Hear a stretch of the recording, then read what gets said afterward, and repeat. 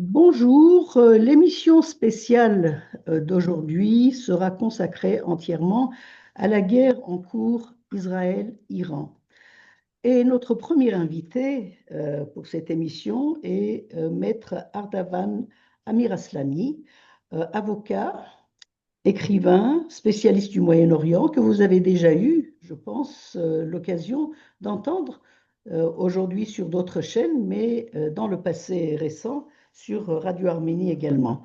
Merci, Monsieur Amir Aslani, de nous avoir accordé cette interview qui nous Hmm. intéresse Madame, de très près tout simplement parce que d'abord c'est un événement mondial, ensuite pour l'Arménie, l'Iran a une importance majeure. L'Iran, l'existence d'un Iran stable et la frontière, notamment de l'Iran, est une question existentielle, comme on en parle souvent en ce qui concerne Israël aujourd'hui.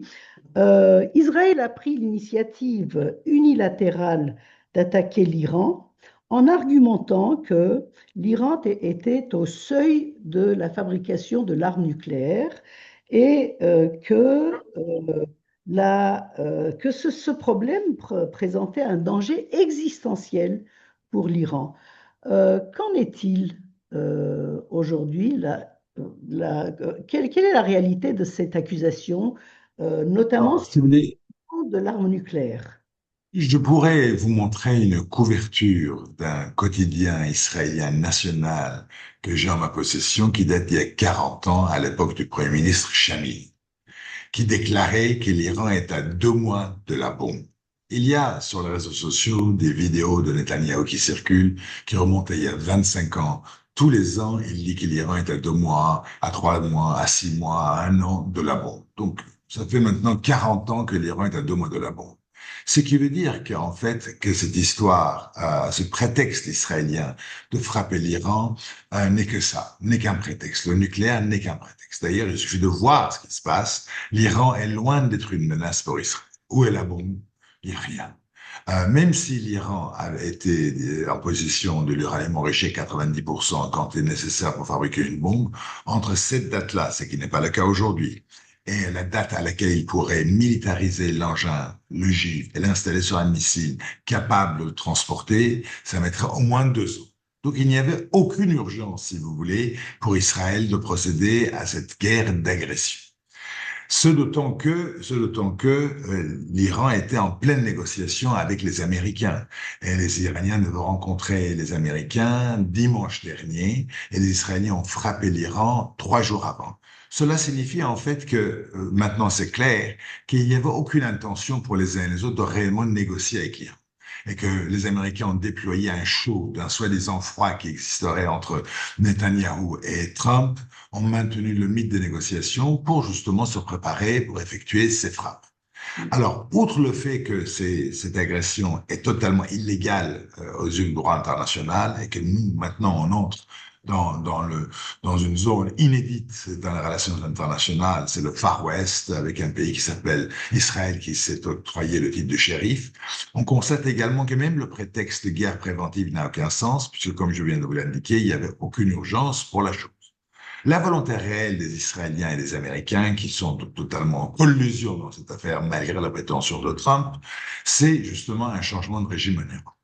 Alors, je ne porte vraiment pas le régime iranien dans mon cœur. Donc, mon propos n'est pas de défendre qui que ce soit, en tout cas, surtout pas la théocratie iranienne.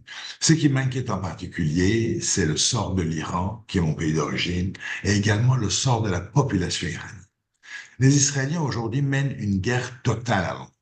Contrairement à ce qui se dit, il ne s'agit pas, si vous voulez, d'un conflit qui se limite à des frappes contre les sites nucléaires. Il n'y en a pas autant d'ailleurs, les 150, 200 qu'ils annoncent, et contre les sites militaires. Ils bombardent tout ce qui est à leur portée. Les raffineries de pétrole dans la banlieue de Téhéran, les deux ont été frappées, des champs gaziers, des champs pétroliers, des hôpitaux, qui est leur spécialité, et également la radio-télévision iranienne prend les journalistes pour cible, autre spécialité responsabilité israélienne. Donc en fait, leur volonté, c'est de mettre à bas le pays. Et au passage, ils procèdent réellement à un massacre de la population iranienne. Les chiffres, on ne les connaît pas vraiment. Mais moi qui suis en relation avec des personnes qui me sont proches en Iran, dans différentes villes iraniennes, on m'indique que dans chaque ville iranienne, les hôpitaux regorgent de blessés et qu'on est probablement à des milliers de morts civiles aujourd'hui. C'est ça la réalité au quotidien. Alors, la question se pose, en fait, c'est pourquoi cette attaque aujourd'hui?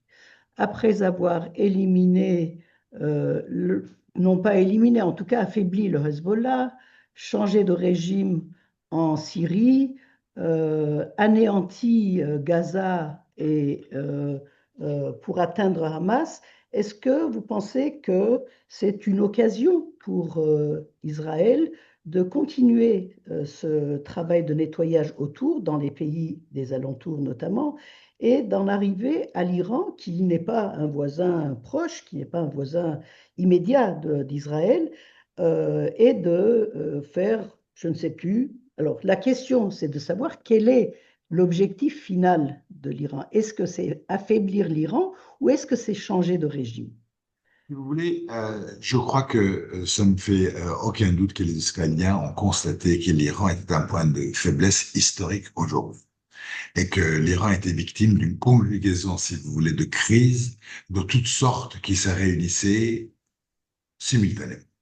Crise économique, le chômage explose, le chômage de jeunes en particulier, il n'y a pas d'investissement étranger, les sanctions internationales ont rendu l'économie exsangue. Crise de l'eau, le pays souffre d'un stress hydrique majeur. Crise dans les relations internationales, on le voit bien, l'Iran et ses proxys ont été largement affaiblis.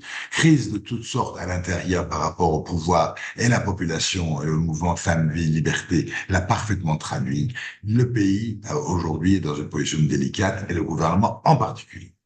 L'État iranien aujourd'hui, la théocratie, où qu'elle regarde, elle voit des signes de faiblesse vis-à-vis de sa propre population, vis-à-vis de sa position à l'étranger, l'économie, tout. Et donc les Israéliens se sont dit, c'était l'occasion ou jamais, une fois pour toutes, d'en venir à bout de ce pouvoir. Soit, dans le meilleur des cas, effectuer un changement de régime avec tous les risques hasardeux que cela pourrait entraîner pour l'Iran et pour la région. Et deuxièmement, effectuer au moins pour le moins l'affaiblissement majeur du pouvoir de manière à ce que l'Iran ne soit pas de nature à nuire aux intérêts israéliens. Si vous regardez Israël aujourd'hui, Israël est en conflit avec tous les pays qui l'entourent. Vous avez mentionné la tragédie humaine de Gaza, où nous sommes aujourd'hui à 65 000 morts, incontestés par les uns et les autres, probablement le double. Et Israël passe son temps, ces 20 derniers mois, à bombarder tous ceux qui l'entourent, que ce soit Gaza, que ce soit le Liban, que ce soit la Cisjordanie, que ce soit la Syrie, même après la chute du régime pardonnez-moi, de Assad, ils ont éprouvé le besoin de bombarder toutes les infrastructures civiles et militaires du pays, en ce y compris la marine syrienne qui ne représente aucun danger pour Israël. Israël a envie aujourd'hui de devenir la puissance dominante, si j'ose dire, du Moyen-Orient, se débarrasser de l'ensemble de ses ennemis ou faire en sorte que ces pays-là soient inféodés.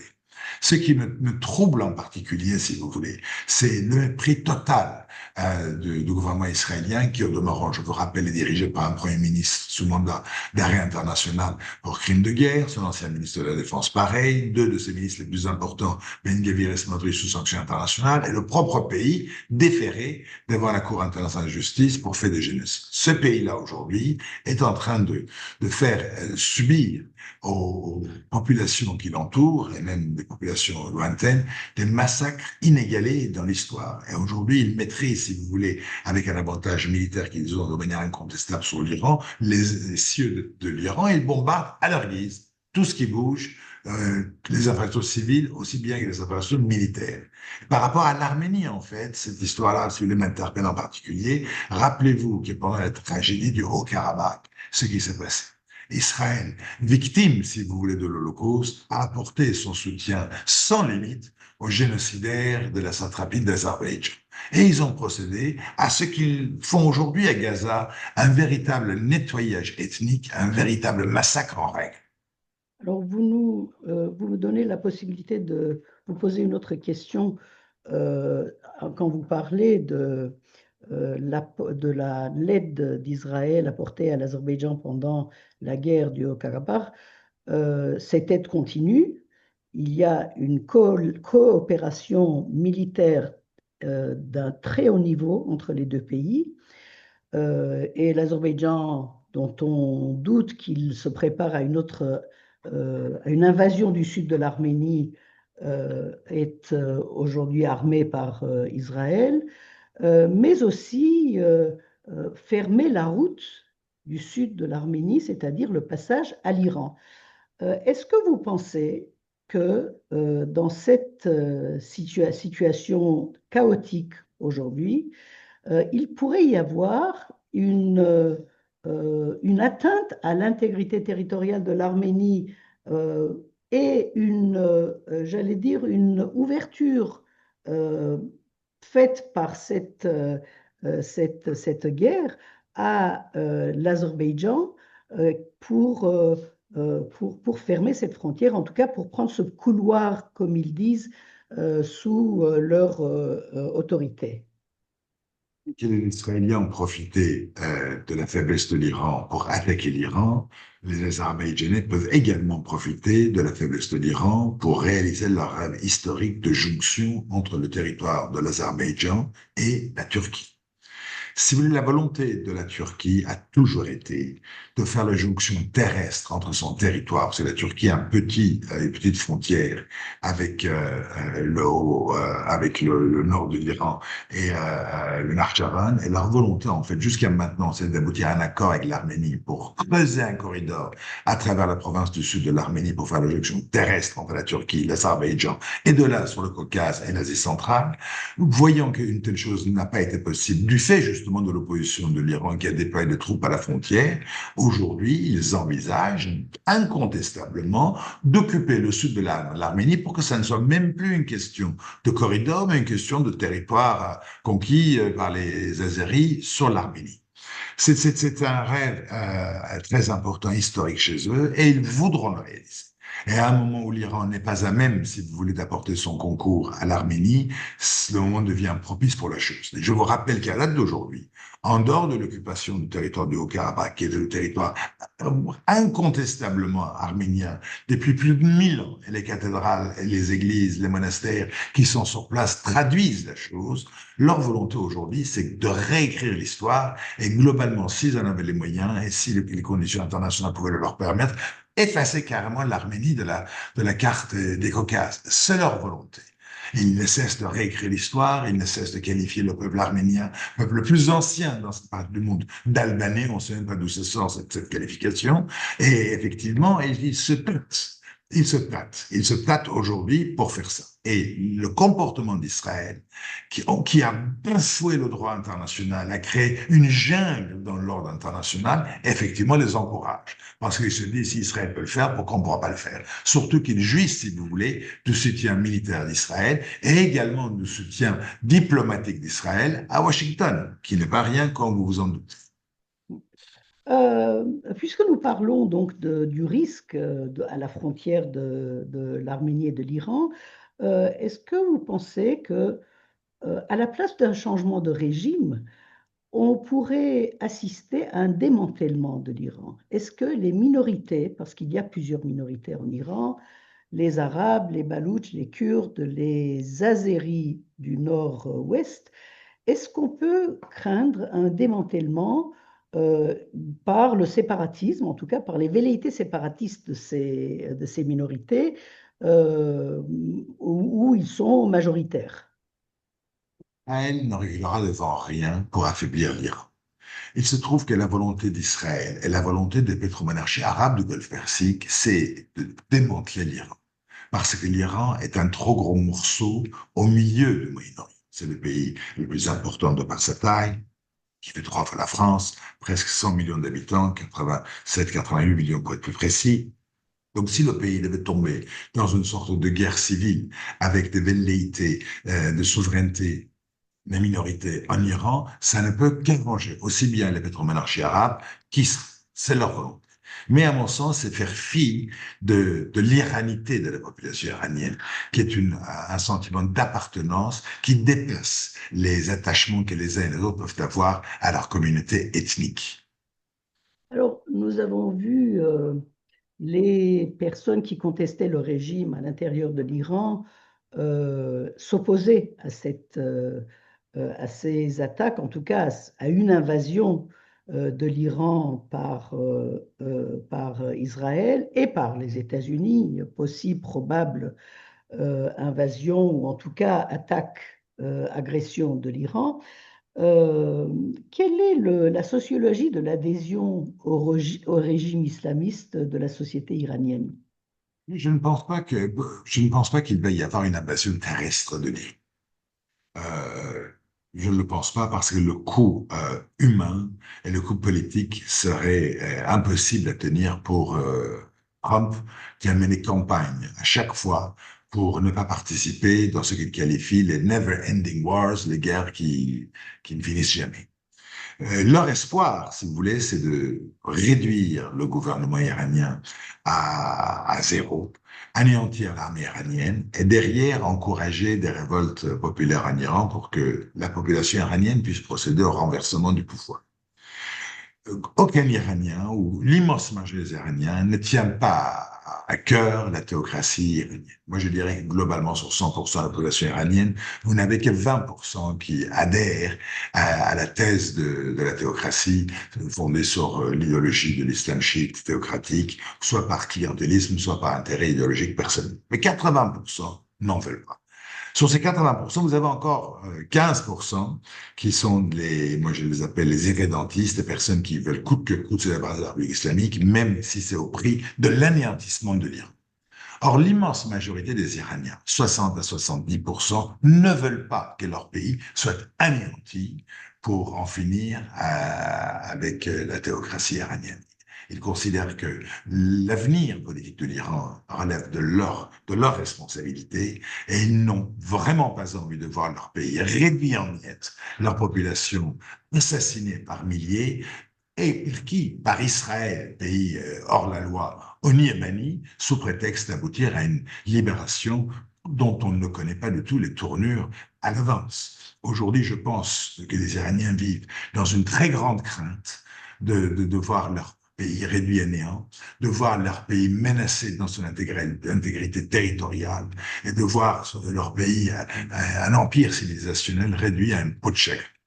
Donc, il ne faut pas faire fi, si j'ose dire, de la compréhension de la population iranienne qui peut céder à l'appel de la patrie en danger et qui, malgré le fait qu'ils sont dans une hostilité totale par rapport à la théocratie, faire barrière à toute intervention étrangère. Et puis, si vous voulez, vous le savez comme je le sais, on ne libère pas un peuple en le bombardant. C'est-à-dire, quand je pense que ce peuple qui s'est révolté il y a 3 ans par rapport au foulard islamique et l'affaire de cette femme martyrisée, Massa Amini, pour finir par être bombardé par ceux-là même qui se déclarent les soutenir, je trouve que c'est particulièrement fort de café.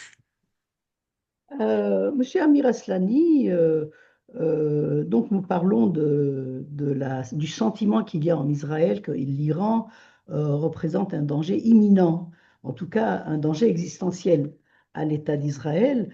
Nous savons que depuis l'arrivée au pouvoir des islamistes, Israël a été montré du doigt comme le Satan, comme l'État qu'il faut anéantir, etc. Mais quelle a été l'histoire des relations entre l'Iran et Israël depuis la création récente de l'État d'Israël? L'Iran avait des relations de proximité avec Israël à l'époque impériale. Je vous rappelle que le Shah lui-même avait été rétabli sur son trône par la CIA et ses services secrets avaient été formés par le Mossad, ce qui a un air de similitude avec ce qui se passe aujourd'hui. Cela dit, cette proximité n'impliquait pas la reconnaissance diplomatique de l'État d'Israël, n'impliquait pas non plus une affection particulière du gouvernement iranien de l'époque pour Israël. D'ailleurs, à l'époque, le chef d'Iran avait tenu des propos gauliens, si j'ose dire, à propos d'Israël, en le qualifiant d'un pays surpuissant, dominateur et sournois. Mhm. Ces relations-là se sont arrêtées en 79. Après, avant cette date, l'Iran a apporté son concours économique en matière de fourniture pétrolière à Israël, profité des technologies israéliennes dans le développement de son économie, de son agriculture, de la question de l'eau, de son armée et de ses services secrets. Tout cela a été arrêté en 70. Et la République islamique s'est posée sur la question israélienne pour en faire un argument, si j'ose dire, de légitimité de l'Iran dans le cœur de l'arène arabe pour pouvoir se rendre pertinent dans la cause arabe au-delà de cette frontière. Parce que les Iraniens, si vous voulez, ne se lèvent pas tous les matins en pensant à la question israélienne. Ce n'est pas leur souci. Alors que sur la question arménienne, leur égard est différent, puisque nous avons en Iran une population arménienne, hélas réduite depuis la Révolution, mais quand même encore significative, qui font partie intégrante de la société iranienne. Ils sont chez eux en Iran. Les Iraniens ont des voisins arméniens, etc. Pour eux, les Arméniens, c'est les Iraniens.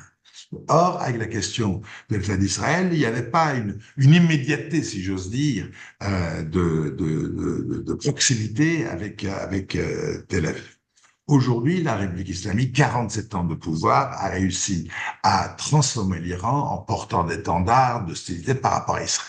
C'est ça qu'Israël aujourd'hui cherchait à battre. En fait, une proximité historique a été remplacée par une animosité de 50 ans. La question va être, qu'est-ce qui va advenir à l'issue de cette opération? Qu'est-ce qui va se passer demain? Personne ne le sait. En tout cas, je vois difficilement le peuple iranien accepter de se faire bombarder, de voir son pays réduit à néant et de courir au-devant des forces de l'armée israélienne avec des roses à la main. Euh, donc, quelques questions sur l'actualité. Il y a donc le trio européen qui est réuni actuellement et on dit que Trump attend les résultats de cette réunion. Donc la réunion avec le ministre des Affaires étrangères Archi de l'Iran. Quelles sont vos attentes à vous de ce Léger. processus, de Voilà. ce semblant de processus qui est mis en place? Alors, je ne suis personne pour avoir des attentes. Je peux faire un peu de prospective ici. Il y a deux scénarios possibles à imaginer. Premier scénario, c'est le scénario que vous mentionnez, c'est-à-dire que derrière une initiative diplomatique européenne, qui au demeurant été totalement absente ces dernières années, la France n'a même pas été informée des frappes israéliennes, de cette guerre israélienne à contre de l'Iran, lorsque ça a été initié. Mais quoi qu'il en soit, il y a une rencontre qui est prévue à Genève entre les trois ministres européens, le E3, l'Angleterre, l'Europe, l'Allemagne et la France, ainsi que Arakchi, le ministère des Affaires étrangères. C'est un début. C'est un début, parce que ça va rendre compliqué, si vous voulez, une agression encore accrue de la part des États-Unis d'Israël à l'encontre de l'Iran pendant que ces rencontres-là ont lieu. Moi, je pense que ce qui fera la grande différence, c'est si Trump prend la décision d'envoyer J.D. Vance, son vice-président, ainsi que Witkoff, son représentant sur les questions iraniennes, discuter directement avec les Iraniens. Ça risque de changer quelque chose. Pas les discussions avec les Européens qui va juste apporter une bouffée d'oxygène pour ce peuple iranien martyrisé. Mais ça ne sera pas décisif. Les rencontres doivent être effectuées directement entre l'Iran et les États-Unis. Puisque ce que veulent les Américains, en fait, c'est une capitulation de l'Iran sur la question nucléaire, en fait. Ils veulent que l'Iran cesse tout enrichissement sur son sol. Ce qui, au demeurant, est son droit le plus strict au titre du traité de non-prolifération dont l'Iran est signataire, en même titre que l'AIEA, alors qu'Israël, qui dispose des ogives nucléaires par centaines, n'est signataire de rien du tout et n'est soumis à aucun contrôle. Mais ils veulent, parce qu'ils le peuvent, imposer à l'Iran une dénucléarisation complète. C'est leur volonté principale. S'ils arrivent à la chose, je crois que ça mettra un terme à cette agression et ça n'ira pas au-delà. Mais leur calcul est également erroné parce que les Iraniens voient aujourd'hui ce qui s'y passe, voient ce qui s'est passé pour Saddam, ce qui s'est passé pour Kadhafi, c'est-à-dire que ces pays-là ont été renversés parce qu'ils n'avaient pas d'arsenal nucléaire. Donc, ce qui pourrait en être la conséquence non attendue, c'est que les Iraniens, de manière occulte, se lancent justement dans la nucléarisation de leur arme militaire. On ne peut pas l'exclure. Mais ça, c'est un scénario, capitulation de l'Iran sur l'action nucléaire, dans le cadre de négociations directes avec les États-Unis. L'autre scénario, c'est que les Américains, malgré l'accord des Iraniens sur cette question-là, persévèrent. Ils veulent une fois pour toutes mettre un terme au pouvoir. S'ils partent dans ce chemin-là et que le pouvoir iranien constate qu'il n'y a rien d'autre à faire à part se battre, parce que la question à se poser, c'est qu'ils ne prévoient même pas une transition dans l'alternance. C'est où vont aller, si vous voulez, tous ceux qui ont dirigé le pays pendant les 47 dernières années. Même l'exil à Damas n'est plus une option. Khamenei ne va pas pouvoir aller à Pyongyang, en Corée du Nord. Donc ce qui va se passer, c'est que malheureusement, il y a un risque de guerre civile, puisqu'ils ne pourront rien faire d'autre que de prendre les armes pour essayer de sauver leur peau. Mais s'il y avait une transition un peu intelligente dans le cadre d'une alternance diplomatiquement organisée, les choses pourraient peut-être se passer plus facilement. Mais ce Alors, qui est certain, c'est que ce pouvoir doit se mettre. Il n'y a plus, si vous voulez, de base populaire en Iran le soutenant. Il n'est pas à supposer qu'il n'y ait jamais eu, à part les premières heures de la Révolution. mais dites-vous, ce pouvoir ne peut pas partir dans les conditions de la guerre. Il ne peut pas capituler aujourd'hui dans ces conditions-là parce que toute sa crédibilité et légitimité va être anéantie. Il ne peut pas non plus accepter que le pays soit envahi par des forces étrangères sans résister. Donc tout cela, si vous voulez, indique que les solutions que l'on nous annonce comme étant des solutions heureuses risquent de ne pas l'être. Et en tout cas, l'expérience prouve pendant cette époque contemporaine, que chaque fois que les États-Unis se sont attribués une volonté de changement de régime, ça a particulièrement mal fini pour tout le monde, pour eux et pour les pays en question. Regardez ce qui s'est passé en Libye, regardez ce qui s'est passé en Afghanistan, regardez ce qui s'est passé en Irak, des pays anéantis. Et ce qui se passe en Iran me rappelle ce qui s'est passé en Irak. C'est on reprend les mêmes arguments, on procède de la même manière et pour aboutir sûrement au même résultat. C'est-à-dire, argument fallacieux sur l'existence des armes de destruction massive, argument utilisé à l'époque contre Saddam, déploiement d'une armée, guerre illégale diligentée pour aboutir à la décomposition sociale, à la décomposition structurelle des États qui fonctionnaient avant. Euh, donc, nous vous voyons, vous, sur quelques chaînes de télévision. Vous êtes certainement sollicité par la presse écrite aussi. Et nous avons l'impression que le point de vue iranien n'est pas représenté dans les médias. Que pensez-vous, Monsieur Amir Aslani, du traitement de cette guerre par les médias, disons français, sans Je pense parler de qu'il y a, l'européen vous avez et des parfaitement raison États-Unis? de souligner cette question-là. L'impression que j'ai en tant que spectateur de temps en temps, de participant à ces émissions, c'est que les plateaux sont peuplés par des personnes qui sont idéologiquement acquises à la cause d'Israël ou peuplés d'Iraniens de l'opposition qui préfèrent, si vous voulez, que le pays soit anéanti par Israël dès lors que ça entraînerait un changement de régime. Moi, je ne Il y suis a pas. aussi ceux de Moi, je suis l'opposition. quelqu'un qui considère qu'il est absolument nécessaire de protéger la vie des Iraniens, qu'il est absolument nécessaire de protéger les infrastructures du pays. L'alternance, oui, mais ça relève des Iraniens. On ne libère pas un peuple en le bombardant. Mais en tout cas, les médias français, globalement, traduisent un message qui n'est pas le message de la réalité de la volonté de la population iranienne. Moi qui suis en relation avec eux, je peux vous dire que le sentiment sur place n'est pas celui de la joie de voir les compatriotes iraniens assassinés sur place, les invaseurs du pays anéantis. C'est surtout de la colère aussi bien à l'égard du pouvoir qui les a amenés là où ils sont aujourd'hui, également et particulièrement à l'encontre d'Israël qui les prend pour cible.